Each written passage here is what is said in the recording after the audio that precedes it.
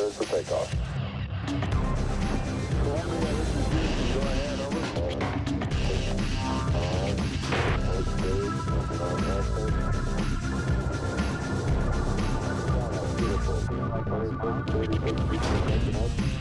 Good afternoon and welcome into our Hyundai studio here for our final episode of 2011 for Indians Minor League Magazine, where we take a look at our top prospects at all the positions. Great to have you along, and before we go any further, congratulations to Columbus. They made the playoffs. So did Kinston. More on that later in the show. But very happy to have Ross Atkins here. Ross, great to see you. Jason Stanford. Ross, here we are talking about these prospects. A lot of good kids this year. End of the year, unbelievable. It's been an interesting one. It has been. And let's start off with our first position. We'll get right into it.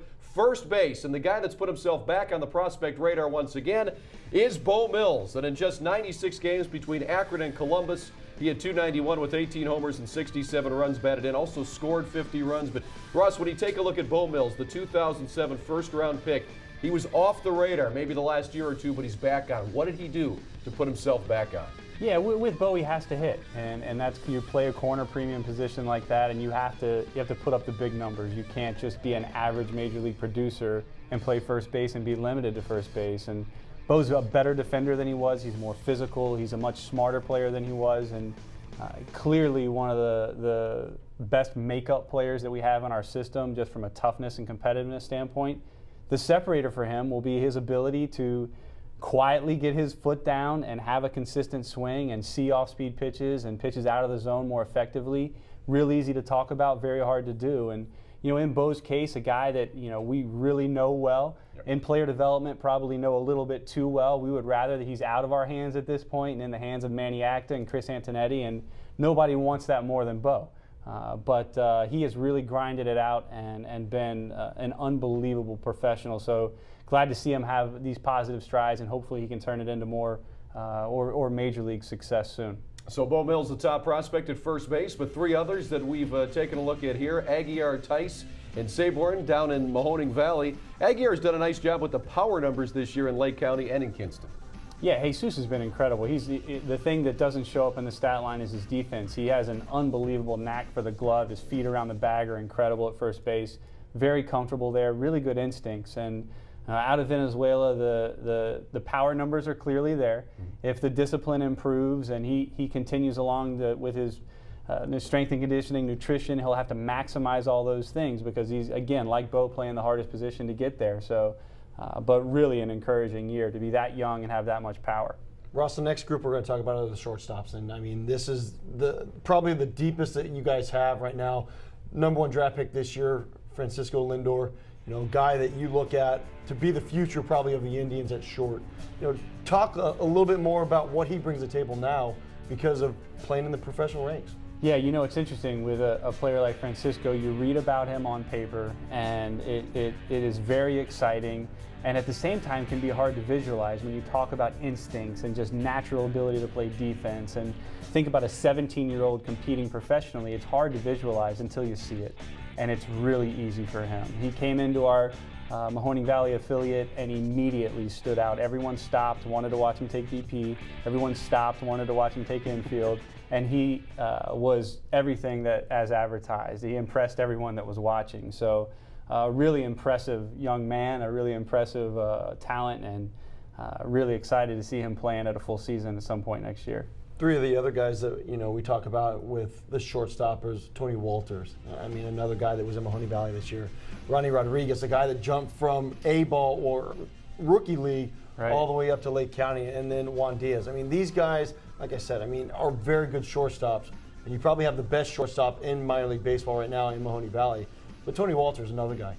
Yeah, unbelievable. Tony's really benefited from the professional environment. So, you play amateur baseball, you play 3 or 4 times a week, and you get into the professional setting, and just going through an instructional league and a spring training alone, all of a sudden the pace of the game is different, and that he's really maximized what that has to offer: the instruction, the reps, getting into the lineup every day, and he looks like a different player than when we acquired him. And tons of talent and tons of ability, but there's an ease about him, and the bat has been really impressive, and the energy and athleticism has always been there. He's slowed himself down as a defender, and really, those two names standing on the same field at a minor league stadium is really encouraging for the middle of our diamond in the future. Let's continue on to second base now, and we'll go to Cord Phelps, who's our top prospect there, because we consider Jason Kipnis now the everyday guy with the Cleveland Indians. But Cord Phelps really has put together a nice season at AAA.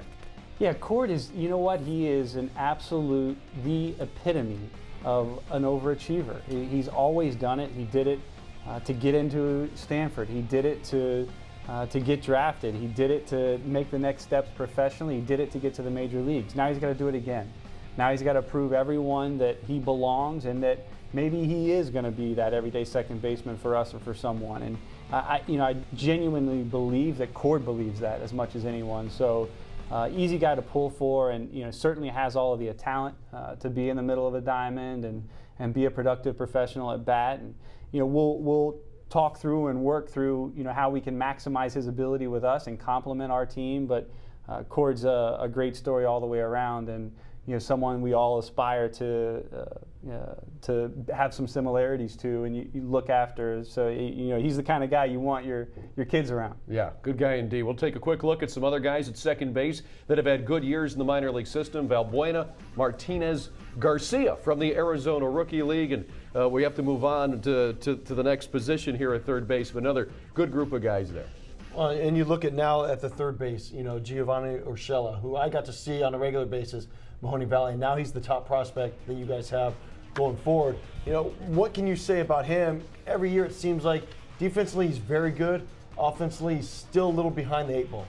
Yeah, some of that hopefully is just age, and there's no question the one thing about defense is that you have to have great hands and you have to have great eye hand, and typically, when you do have that, it translates to being able to have productive professional at bats, which at third base, there's a little bit more demand on that bat than there might be at shorter second. But if your defense is that good, as we've seen with Jack Hanahan this year, and you find the way to make contributions as an offensive player, then you have a future as a major league contributor. And he is a special defender, a very special defender.